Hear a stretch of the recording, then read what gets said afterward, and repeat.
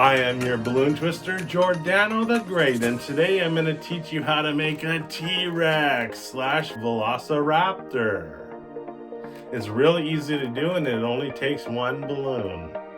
I am going to be using lime green to make my T-Rex or Velociraptor, and you can use whatever color you want. But I'm going to take my pump here, and I'm going to pump it up, and we are going to go about, for the T-Rex, we are going to leave about 2 fingers at the end, like that.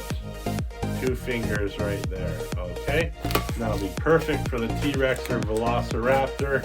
We're gonna pinch a little bit, let some air out, and let some air out of the whole thing. Not too much, but enough that it makes it soft, so it won't pop.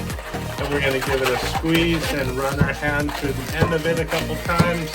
Now we're ready to make our T-Rex or Velociraptor. So what we do is we bend the end like this, about that much, and then we're gonna squeeze across the top right here, pinch down and hold and squeeze, and then we basically have our T-Rex top there, the head. So then we're gonna go down about to right here. We're gonna make the first T-Rex arms, and they're a little bit small, the T-Rex arms. So we're gonna do to about right there like that.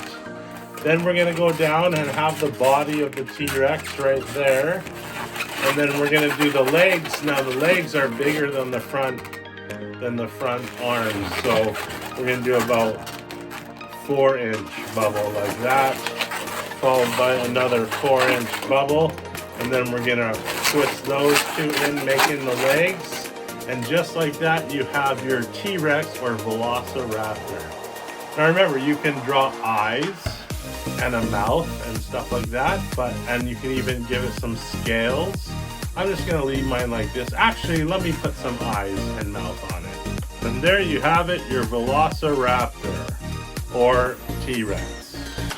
Thanks for watching. And remember, you can learn all my balloon animals at balloonbro.com.